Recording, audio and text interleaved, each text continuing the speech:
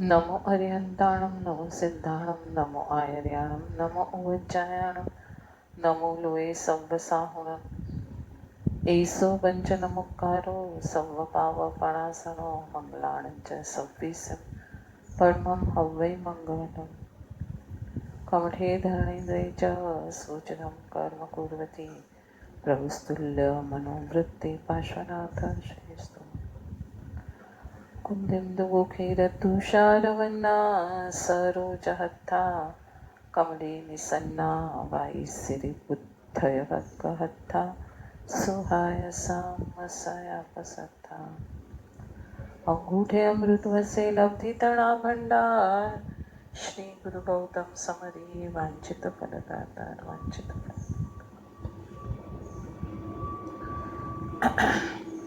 परम पूज्य ઉપાધ્યાય યશો વિજય મહારાજ સાહેબ રચિત સમાધિ શતક ગ્રંથ અને તેના ઉપર પરમ પૂજ્ય ભક્તિ યોગાચાર્ય યશો વિજય મહારાજ સાહેબના વિવેચન ઉપરના સ્વાધ્યાયનો આજનો આપણો 64th ડે છે અને ગાથા આપણે કરી રહ્યા છીએ 70મી ગાથા આજે આપણે પૂરી કરીશું. કાલે આપણે જોયું અહીં મુદ્દા મુનિ એમની કથાના આધારે આપણે શું જોયું? પહેલા પરજીવો પ્રત્યેની કોમળતા, પછી પોતાના જીવ તરફ જવું અને પોતાના જીવને પ્રાપ્ત કરી. ખાલી બહારની કોમળતા, બહારની અહિંસા એટલું જરૂરી નથી. બહારની અહિંસા બહુ બેઝિક સ્ટેજ છે. એનાથી પછી સ્વની પણ અહિંસાનું પાલન કરવાનું છે. જે આત્મગુણ તરફ જશું ત્યારે જ એ પ્રાપ્ત થશે અને પડાશે. આગળ લઈએ છીએ એમાં આ સંદર્ભમાં એક મજાનો ત્રિકોણ સમજી શકાય. રાગ, વિરાગ અને વિતરાગ દશા. રાગના ખાડાને પૂરવા માટે વૈરાગ્યની માટી અને જમીન સમતળ થઈ એ છે વિતરાગ દશા. વૈરાગ્ય સાધન કોટીમાં છે, જ્યારે વિતરાગ દશા એ સાધ્ય છે. આપણા અનાદિકાળના રાગના ખાડાઓ તો પડેલા છે. એ રાગના ખાડાને પૂરવા માટે વૈરાગ્યની માટી છે. હવે આખી જમીન જ્યારે સમથળ થઈ ગઈ છે ત્યારે વિતરાગ દશા પ્રાપ્ત થાય છે. કેમ કે હવે એમાં એકે આરો અવરો ખાડો ટેકરો ઊંચ નીચ કાંઈ નથી.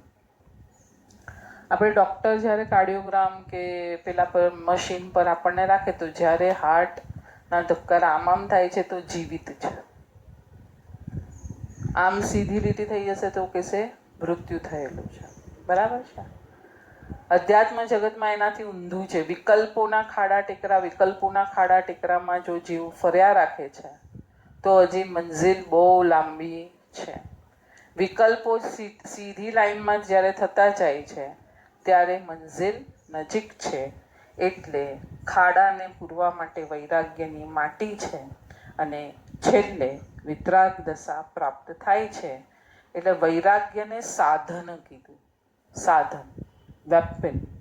અને વિતરાગ દશા, વેપન આમ એકદમ ન કહેવાય પણ સમજવા માટે. અને વિતરાગ દશા છે સાધ્ય, અચીવ કરવાની વસ્તુ. આગળ જઈએ. પહેલા અવ્રતોને છોડીને વ્રતનો સ્વીકાર કર્યો, અણુવ્રત અને મહાવ્રતો. પરમ ભાવ, નિર્મળ આત્મભાવને મેળવવા માટે પરમ ભાવની પ્રાપ્તિ થતી રહે તેમ તેમ વ્રતો છૂટતા જાય છે. જે કાલે આપણે ખૂબ સરસ ડિસ્કસ કર્યું કે જેમ જેમ અંદરના ગુણોની મહેક વધતી જાય છે, અંદરના ગુણો પકડાતા જાય છે, એમ એમ અહીંયા વ્રત છૂટતા જાય છે. તે તોડી નથી નાખતો વ્રતને, સહજતાથી વ્રત પડાઈ જાય છે. અને છેલ્લે તીર્થંકરો આપણે જોઈએ પ્રભુ વગેરેને, અને કેવલીની કેટલી બધી કથાઓ બી આવે છે. એમાં પણ જ્યારે પૂછે છે કોઈ તો કે તમે પાણીમાંથી ચાલ્યા તો કઈ રીતે ચાલ્યા? તો કે કોઈ પાણીના જીવને કિલામણા થઈ નથી. એટલે કેવળ જ્ઞાનમાં તો બધું આર પાર દેખાય છે. એટલે વ્રત તો ઉલટાના સારી રીતે પડાય છે. બેસ્ટમાં બેસ્ટ, એક પણ ભાંગો ન લાગે એ રીતે પડાય છે. પણ પડાઈ જાય છે, અંદરનો માલ મળી ગયો છે, તે સંપૂર્ણ વિતરાગતામાં સ્થિર થયેલો જીવ છે. અહિંસાથી મહાવ્રતો, નિર્મળ દશારૂપી મકાન મળી ગયું. હવે સાધનનું પ્રયોજન નથી. મકાન ચણાઈ ગયું, પછી તમે પેલા બધા જે બકેટ ને જે બી ઘર બનાવવા માટેના સાધનો છે એને રોજ વાપરશો? હવે ના, ઘર ચણાઈ ગયું છે. સવાસો ગાથાના સ્તવનની કડીઓ યાદ આવે છે. બહુ સરસ લીધી છે, જે બહુ બધી જગ્યાએ લગભગ બધા મહારાજ સાહેબો આની ઉપર ખૂબ સરસ રીતે વિવેચન આપતા હોય છે અને બહુ સમજવા લાયક આ કડીઓ છે. મોપાધ્યાયજી યશો વિજય મહારાજ સાહેબનું જ રચેલું 350 ગાથાનું સિમંદર સ્વામીની હુંડી, 125 ગાથાની સિમંદર સ્વામીની હુંડી વગેરે સ્તવનો મોપાધ્યાય યશો વિજય મહારાજ સાહેબ રચેલા છે. પ્રભુ આગળ રડે છે. પ્રભુ સિમંદર સ્વામીને વિનંતી કરે છે કે અત્યારે આ જે કાળ ચાલી રહ્યો છે, જે રાજમાર્ગ છૂટી રહ્યો છે, કેડી માર્ગ પર જીવો ચાલી રહ્યા છે અને એમાં કાલે આપણે વાત કરી સાવ કેડીથી બી ઉતરી ગયા છે, તો તમે પધારો, તમારી કૃપા વરસાવો અને તીર્થંકરોનો જે વિરહ અહીંયા વર્તી રહ્યો છે દૂર કરો અને અમને પાછા રાજમાર્ગ પર ચડાવો. આ બંને સ્તવનો ગુજરાતીમાં જ છે, સરસ છે. એક એનો અધ્યાય જે છે એમાં સારી રીતે બહુ સરસ રીતે વર્ણન કર્યું છે. એમાંનો આ બેસ્ટમાં બેસ્ટ પેરેગ્રાફ છે, જે અહીંયા છે, આપણે વાંચીએ. નિશ્ચય દ્રષ્ટિ હૃદયે ધરીજી, પાળે જે વ્યવહાર. વ્યવહાર કેવી રીતના પાડવાનું છે? નિશ્ચય દ્રષ્ટિ, અને જ્યાં નિશ્ચય દ્રષ્ટિ આવે ત્યાં સામે વ્યવહાર દ્રષ્ટિ હોય જ. એકલી વ્યવહાર દ્રષ્ટિ ન હોય, એકલી નિશ્ચય દ્રષ્ટિ ન હોય. આપણે આપણી મનગળત કહાનીઓથી નિશ્ચય અલગ અને વ્યવહાર અલગ આપણે કરી નાખ્યો છે. એકચ્યુઅલી જ્યાં નિશ્ચય છે ત્યાં વ્યવહાર હશે જ. નિશ્ચય શું છે? મારે આ ડેસ્ટિની, મારે અહીંયાથી દેરાસર જવું છે, આ મેં નિશ્ચય કર્યો, તો ચાલવાનો વ્યવહાર તો મારે કરવો જ પડશે કે નહીં કરવો પડે? ઓટોમેટિક આવી જશે.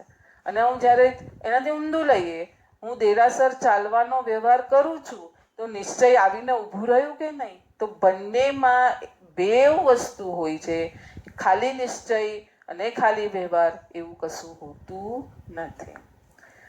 નિશ્ચય દ્રષ્ટિ હૃદયે ધરીજી, પાડે જે વ્યવહાર. જે જીવો વ્યવહાર આ રીતે પાડે છે કે મારે ક્યાં જવાનું છે, મોક્ષે જવાનું છે, માર્ગાનુસારી પ્રગટ કરવાનું છે, અંદરના દોષોને દૂર કરવાના છે. જેને જે ધારવું એ ધારી શકે છે, પણ એ દ્રષ્ટિ પેલા કેળવવી પડશે.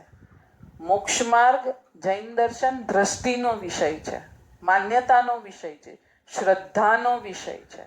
તો આવી નિશ્ચય દ્રષ્ટિ હૃદયે કરી અને હવે જે પોતાનો વ્યવહાર કરે છે, હવે જે એપ્લિકેબલ જે વસ્તુઓ કરવાની છે એ કરે છે. પુણ્યવંત તે પામશેજી, ભવ સમુદ્રનો પાર. શું કીધું? કોણ ભવ સમુદ્રનો પાર પડે છે? તો કે પુણ્યવંત. કયા પુણ્યવંતો? જેણે નિશ્ચય દ્રષ્ટિ નજરમાં રાખી અને વ્યવહાર શરૂ કર્યું છે એ જીવોને ગુરુ ભગવાન કહે છે કે એ ભવ સમુદ્રનો પાર પડે છે. આગળ કડીઓ છે, આપણે એને લઈને જ આગળ જઈએ છીએ. તુરંગ ચડી, તુરંગ એટલે ઘોડો, જીમ પામીએ જી, વેગે પૂરનો પંથ. જે નગર, પૂર એટલે નગર, જે નગરમાં મારે જવું છે, ત્યાં મારે ઝડપથી જવું છે, તો મેં કોનો સહારો લીધો છે? ઘોડાનો સહારો લીધો છે. ઘોડા પર ચડી અને હવે હું વેગથી એ નગર તરફ જઈ રહ્યો છું.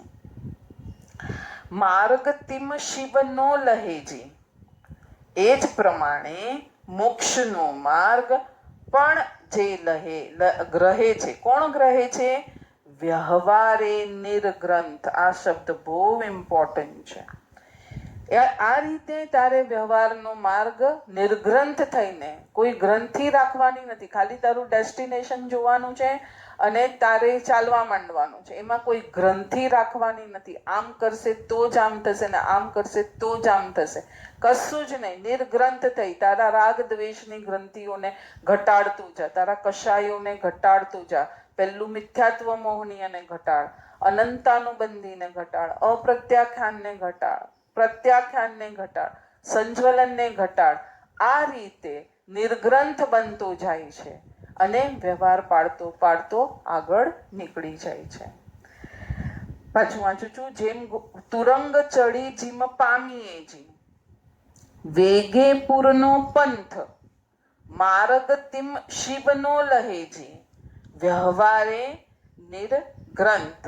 એ જ પ્રમાણે આત્માઓ જે નિર્ગ્રંથ થાય છે, એટલે કે જ્ઞાનાચાર, દર્શનાચાર, ચારિત્રાચાર, 5 સમિતિ, 3 ગુપ્તિ, 5 અણુવ્રત, 5 મહાવ્રત, આ બધું શેના માટે છે? વ્રત, નિયમ, બધું નિર્ગ્રંથ થવા માટે, રાગ દ્વેષની ગ્રંથિઓને તોડવા માટે છે. મહેલ ચડંતા જીમ નહીં જી, તેહ તુરંગનું કામ. નગર આવી ગયું, મહેલ આવી ગયો, હવે ઘોડો લઈને મહેલમાં અંદર જશે ના. સફળ નહીં નિશ્ચય લહેજી, તિમ તનુ ક્રિયા સાજ. આમ અમુક ક્રિયાઓ કાયા દ્વારા થતા તે મંઝિલ ક્રિયા દ્વારા મેળવવા યોગ્ય મંજિલને મેળવ્યા પછી કરવાની હોતી નથી. ભોજન જમવાની ક્રિયા થાય છે, પેટ ભરાઈ ગયું, હવે તો બી તમે ખાખા કરશો ના, અટકી ગઈ ક્રિયા. એટલે અટકી ગઈ ક્રિયા એટલે ખોટું થયું ના, જે પૂર્તિ થવાની હતી એ પૂર્તિ થઈ ગઈ.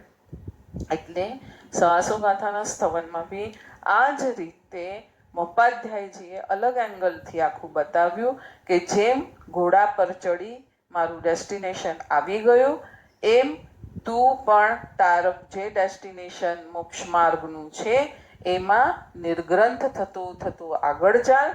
અને હવે જ્યારે મોક્ષનું મહેલ આવી ગયું ત્યારે હવે તને કોઈ ક્રિયાઓ કરવાની રહેતી નથી. આગળ જઈએ. થયું ક્લિયર એકદમ? 2-3 દિવસથી આજ આપણને સરસ રીતે ઘૂંટાવે છે. બહુ પ્યારી અભિવ્યક્તિ ચિદાનંદજી મહારાજે પણ એક પદમાં આપી છે. સાતે ધાતુને ભેદી વિંધી ભીતર જઈને અનુભવ રસ પરમ પ્રેમની અવસ્થા આપે છે. અનુભવ રસ, આપણે અનુભૂતિથી અનુભવ રસને પ્રાપ્ત કરવાનો છે. તો જ્યારે અનુભવ રસ જીવને મળે છે ત્યારે શું થાય છે?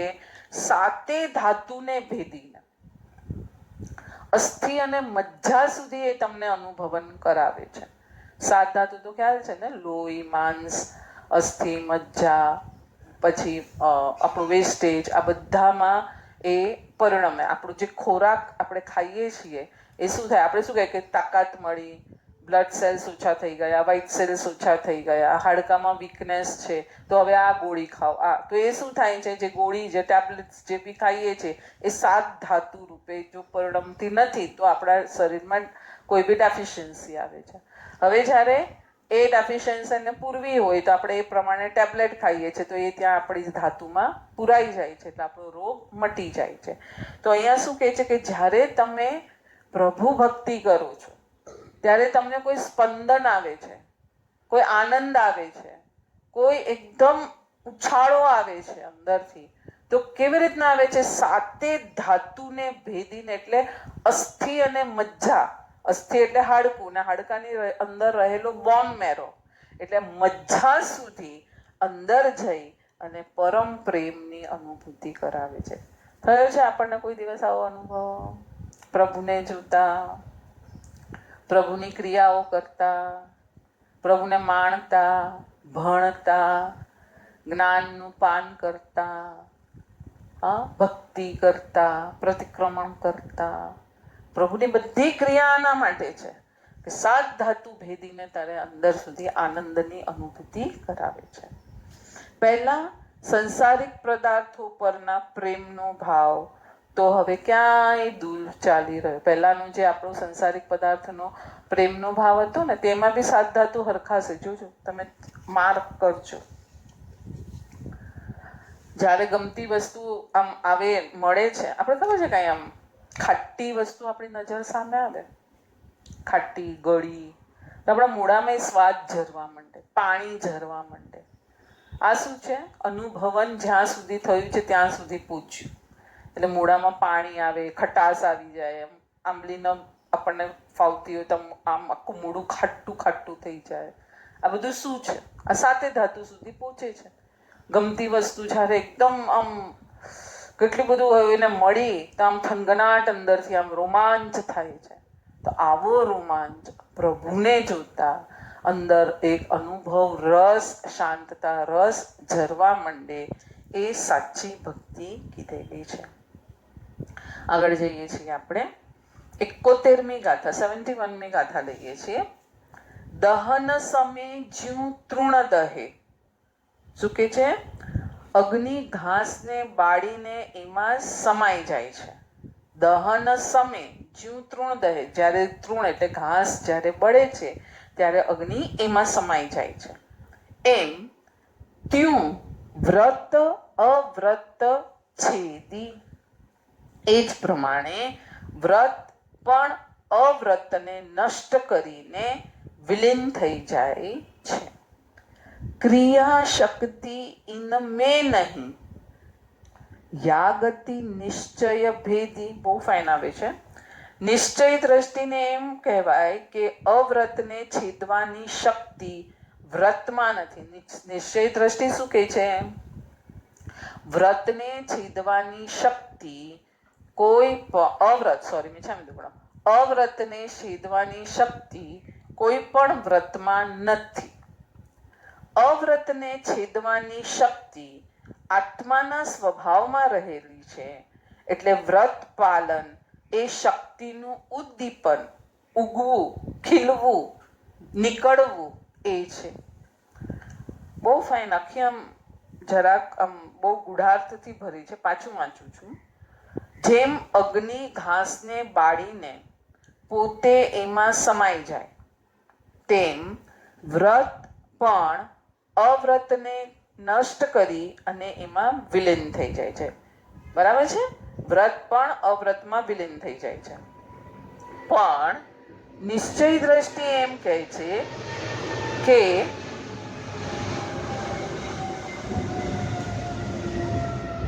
નિશ્ચય દ્રષ્ટિ એમ કહે છે કે અવ્રતને છેદવાની શક્તિ વ્રતમાં નથી. આપણને એમ લાગે છે કે અવ્રતને છેદવાની શક્તિ વ્રતમાં છે, પણ નિશ્ચય દ્રષ્ટિ ના પાડે છે. કઈ રીતે? તો કે અવ્રતને છેદવાની શક્તિ તો આત્માના સ્વભાવમાં રહેલી છે અને વ્રત પાલન થી તે શક્તિ ઉદ્દીપન બહાર નીકળે છે, પ્રજ્વલિત થાય છે. બહુ સરસ. અહીંયા 2 થી 3 વસ્તુ મને યાદ આવે છે, પછી આપણે આગળ જઈએ.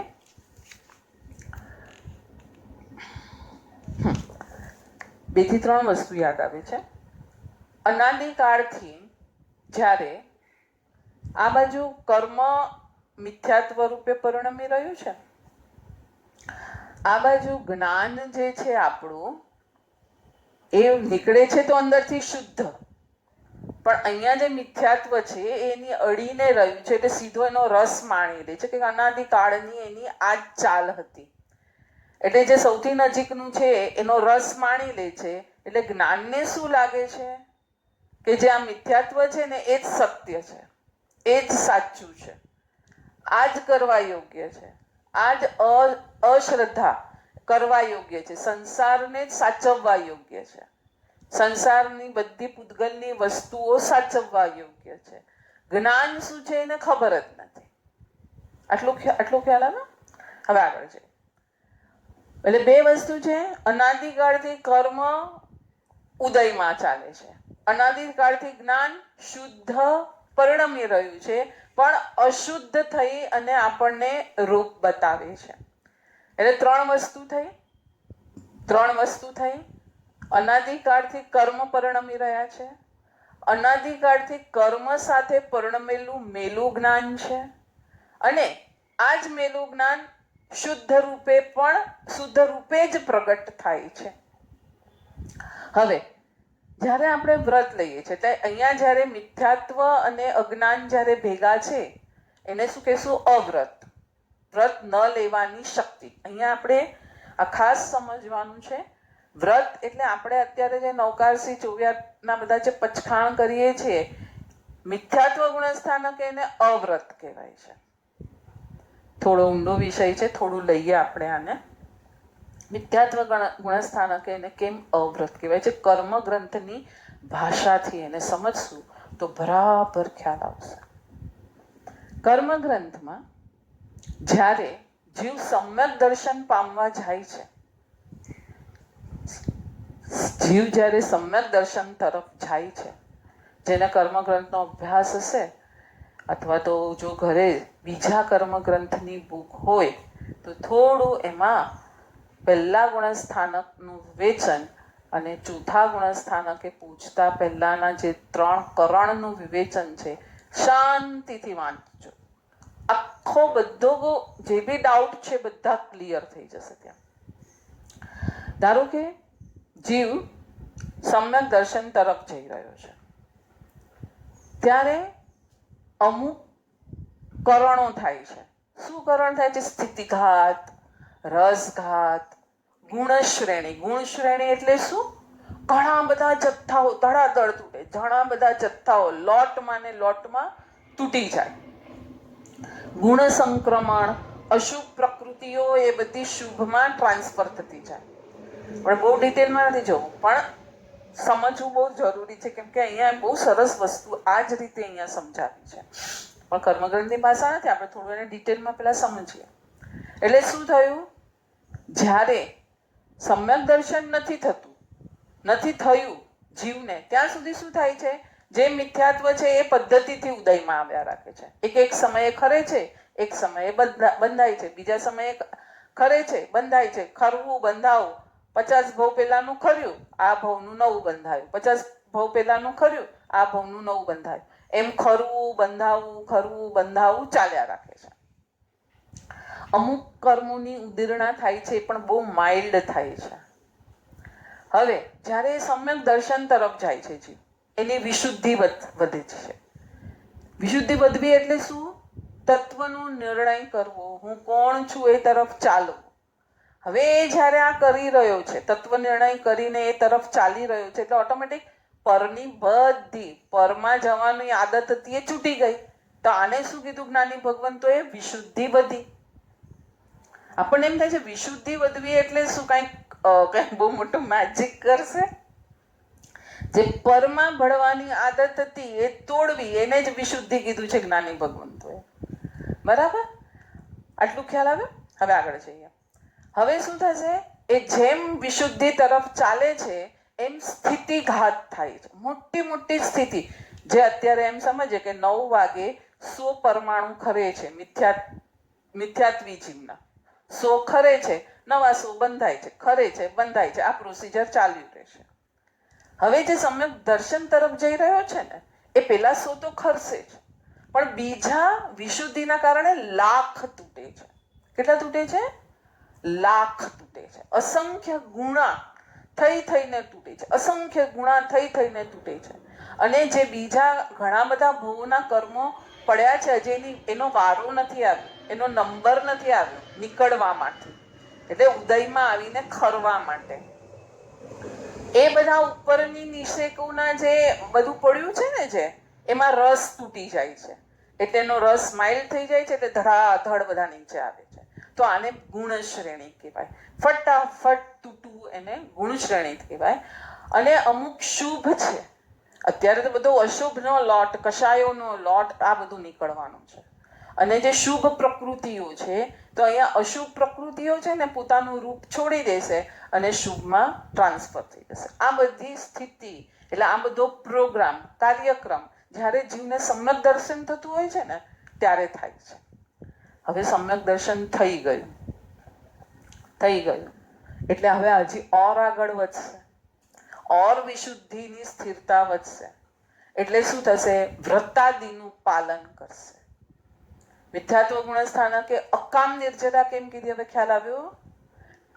100 લોટ નીકળે છે, 100 લોટ જ નીકળે છે, લાખ નથી નીકળી શકતા. જ્યારે એ સમ્યક દર્શન તરફ જઈ રહ્યો છે ત્યારે લાખો નીકળે છે. તો સમ્યક દર્શન થઈ ગયું, દેશ વિરુદ્ધ ગુણસ્થાનક માટેનું અપ્રત્યાખ્યાન કષાયનો ક્ષમ તીવ્ર થઈ ગયો, તો કેટલી ગુણ શ્રેણી, કેટલી ધડાધડ સ્થિતિઘાત રસઘાત થશે. અને નવું સ્થિતિબંધ છે ને, અહીંયા આપણે 100 ખરે છે ને 100 બંધાય છે, કેલ્ક્યુલેશન કરતા હતા ને, અહીંયા 50 જ બંધાશે, 25 બંધાશે, એમ ઘટતો જશે. ખ્યાલ આવ્યો? બેસ્યો? એટલે અહીંયા શું થયું? અહીંયા જે પેરેગ્રાફ છે એ શું સમજાવે છે કે અવ્રતને છેદવાની શક્તિ વ્રતમાં નથી. અવ્રતને છેદવાની શક્તિ આત્માના સ્વભાવમાં જ રહેલી છે. હવે ખ્યાલ આવ્યો કેવી રીતના વ્રત?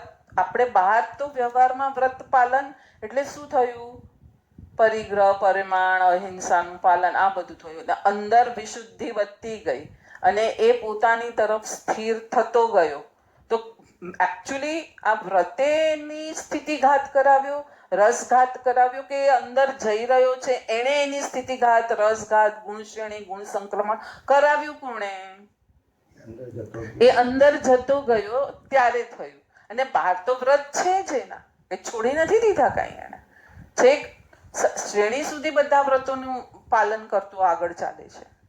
ખ્યાલ આવ્યો? બહુ ફાઇન કીધું આમાં કે નિશ્ચય દ્રષ્ટિએ એમ કહેવાય છે કે અવ્રતને છેદવાની શક્તિ વ્રતમાં નથી જ. અવ્રતને છેદવાની શક્તિ તો આત્માના સ્વભાવમાં રહેલી છે. અને વ્રત પાલન શું કરે છે? જેવો હજી સમ્યક દર્શન તરફ ગયો ને, તો પેલા લાખ આવીને તૂટે છે. હવે સમ્યક દર્શન થઈ ગયું, 2 લાખ આવીને તૂટે છે. હવે દેશ વિરત થયો, 3 લાખ આવીને તૂટે છે. સંયમ લીધું, મુનિ બન્યા, 5 લાખ આવીને તૂટે છે. શ્રેણીમાં જ ગયો તો શું થશે? 10 લાખ આવીને તૂટે છે. એટલે નહીતર તો પેલા 100 નીકળ્યા રાખતા હતા, એ જ કાર્યક્રમ ચાલતો હતો. એટલે ખ્યાલ આવ્યું? અંદર જેમ જેમ જીવ જાય છે એમ બહાર વ્રત પાલન ગાઢ થતું જાય છે. અંદરની વિશુદ્ધિથી આ સ્થિતિઘાત, રસઘાત, ગુણ શ્રેણી, ગુણ સંક્રમણ સ્ટ્રોંગ થતા જાય છે. કેમ કે એક એક કશાયની ચૂકડી પણ ચાલુ થઈ જાય છે. એટલે ફાઇન આમ આખો કર્મગ્રંથ આમાં સ્થાપી દીધો. આખો બીજો કર્મગ્રંથ કે 5મું કર્મગ્રંથ, જે બી કેવું હોય. આગળ જઈએ. પૂજ્ય ચિદાનંદજી મહારાજ પરમાત્માની અકળ ગુણ સૃષ્ટિને બિરદાવતા કહે છે, અંત ઉદધિથી અનંત ગુણો તુજ જ્ઞાન મહાન. શું કે છે? સ્વયંભૂ રમણ સમુદ્ર કરતા પણ અનંત ગણું તારું જ્ઞાન છે. સ્વયંભૂ રમણ સમુદ્ર આપણે તીર્છાલોકનો છેલ્લો સમુદ્ર, અને આખો તીર્છાલોક નું જેટલું માપ છે એના એ માપને 1 ફૂટનું ધારો કે આપણે કરીએ, તીર્છાલોક 1 ફૂટનું છે, તો 1/2 ફૂટ સ્વયંભૂ રમણ લઈને બેઠું છે. એટલા ઢાંકી દીધું છે. તો જ્ઞાનને શેની સાથે કમ્પેર કર્યું? સ્વયંભૂ રમણ સમુદ્ર સાથે એને કમ્પેર કર્યું. સ્વયંભૂ રમણ સમુદ્ર કરતા પણ અનંત ગણું તારું જ્ઞાન આત્માની અંદર રહેલું છે. અને મારી બુદ્ધિ તો કેટલી છે? ચમચી જેટલી. આપણે જૂનો સમુદ્ર જોઈએ અને ચમચીથી ખાલી કરવા બેસીએ, ક્યારે થશે? બસ એ જ કીધું કે સ્વયંભૂ રમણ કરતા પણ તારું જ્ઞાન અનંત ગણું છે. અને મારી બુદ્ધિ એટલે કોનું? આત્માનું જ્ઞાન. અને મારી બુદ્ધિ જે છે ખુલ્લી આટલું જ્ઞાન છે, તો આટલું નાનું છે. પ્રભુના સ્વરૂપને નિર્વિકલ્પતાની પૃષ્ઠભૂ પર જઈને સ્વરૂપ અનુભૂતિ દ્વારા અનુભવી શકાય એ નિર્વિકલ્પતાની હવે વાત કરે છે. કોણ? ચિદાનંદ ઘનજી મહારાજના જ બધા, મને લાગે છે 1, 2, 3 પદ એમના જ આપ્યા છે. નય અને નિક્ષેપાના ભાંગાને વિચારતા ગુણ સમૃદ્ધ પૂર્વધર મહર્ષિ પણ થાકી જાય છે. હા, છઠ્ઠો કર્મ ગ્રંથ ભણવા બેસીએ તો શું થાય કે આટલા ભાંગા, હજારો ટોટલ કરો તો લાખો ભાંગા થાય. એ હજારો ભાંગો કરતા મગજ થાકી જાય. પછી એમ થાય મૂક આ બધી માથાકૂટ, ભગવાને કીધું છે એટલે આ સત્ય જ છે અને એના પર શાંત થઈને અંદર જા. પણ શું થાય, પેલી ક્ષયક્ષમ તીવ્ર હોય તો પેલા અશુભમાં જતો રહે જીવ. એટલે પૂર્વધર્મ ગુણ, જો બહુ એક એક શબ્દ જુઓ, નય અને નિક્ષેપાના ભાંગાને વિચારતા ગુણ સમૃદ્ધ પૂર્વધર મહર્ષિ પણ થાકી જાય છે. કોણ કીધા? પૂર્વધર. સમ્યક દ્રષ્ટિ પૂર્વધર મહર્ષિ કહેશે. તેઓને લાગે છે કે વિકલ્પો કરતા તત્વની પ્રાપ્તિ થવાની નથી, માટે તેઓ પણ નિર્વિકલ્પ થઈ જાય છે. એટલે થાકી જાય. એટલે મનને ઘણીવાર થકાવવું પણ પડશે, ત્યારે જે અંદર કૂદકૂદ ફટાક દઈને શાંત થશે. નહીતર બહાર અશુભમાં જશે. અશુભમાં ન જાય એના માટે સ્વાધ્યાય એના બધા નય નિક્ષેપા. પણ નય નિક્ષેપાના ભાંગા આત્માની તરફ જવા માટે છે. અને એ ક્યાંક થાકી જાય, કોઈ નિર્ણય કરી લે, ઓકે આ છે, એમ પણ અંદર જતું રહે. આંતર અનુભવ વગર પ્રભુના સ્વરૂપને પામવું તે અગમ્ય છે. પ્રભુ એવી કૃપા કરું કે તે રસ, પરમ રસ મને મળે. અહીં મજાનું એક વર્તુળ ચાલુ થાય. રસ દ્વારા કૃપા અને પાછું કૃપા દ્વારા નવો રસ, આમ વર્તુળ ચાલ્યા કરે. પ્રભુ ગુણની આપણે એની પહેલા બી એક વર્તુળ જોયું હતું ને. રાગ, કર્મનો ઉદય, નો કર્મ મળે એટલે કે વસ્તુઓ બધી મળે. પુણ્ય કર્મનો ઉદય, અહીંયા ચક્રવર્તી પણ મળ્યું, કાંઈ ને કાંઈ મળશે. એ જે મળ્યું એમાં રાગ કરે, પાછા નવા કર્મ બને, પાછો નવો ભોગ. તો આ વર્તુળને આપણે તોડવાની જે વાત હતી, અહીંયા નવું વર્તુળ ઊભું કર્યું છે મોપાધ્યાયજીએ, કે તમારો અંદરથી રસ રીઝશે. એટલે રસ, અહીંયા ઉદ્દીપન કીધું ને શબ્દ આગળ, તો કે રસ ખીલ્યો ક્યારે? પ્રભુ કૃપાથી. પ્રભુ કૃપાથી એટલે શું? પ્રભુના માર્ગ પર ચાલવાથી. હવે આટલો રસ ખુલ્યો, ઓર તમને સમજણ વધી, ઓર રસ વધ્યો. એટલે આ વર્તુળ તમારે બનાવવાનું છે. પ્રભુ ગુણની આંશિક અનુભૂતિ દ્વારા હૃદયની નિર્મળતા વધી એ પૃષ્ઠભૂ પર પ્રભુનો પ્રસાદ વધુ તીવ્રતાથી ઉતરશે. એ પ્રસાદ પાછો ગુણ અનુભૂતિમાં પલટાશે. પાછું ચિદાનંદગંજીનું બીજું કડીનું આપ્યું છે સમજણ. આત્મશક્તિનું મહાત્મય અહીં બતાવ્યું છે. અગ્નિ જેમ ઘાસને બાળીને પોતે વિલીન થઈ જાય છે. અગ્નિ પછી દેખાય છે, ઘાસને બાળી નાખ્યું, આખું વન બળી ગયું. હવે કે અગ્નિ બતાવો, છે અગ્નિ? ના, અગ્નિ તો વિલીન થઈ ગયો, નાશ પામી ગયો, એણે એનું કાર્ય કરી કાઢ્યું. તેમ વ્રત અવ્રતને સમાપ્ત કરીને એ પણ વિલીન થઈ જાય છે. નિશ્ચય દ્રષ્ટિએ જોઈએ તો અવ્રતને છેદવાની શક્તિ આત્મ સ્વભાવમાં પડેલી છે અને વ્રત પાલન તે શક્તિને ઉજાગર કરે છે, એટલે ઉદ્દીપન કરે છે. સ્વભાવ, આત્મભાવ.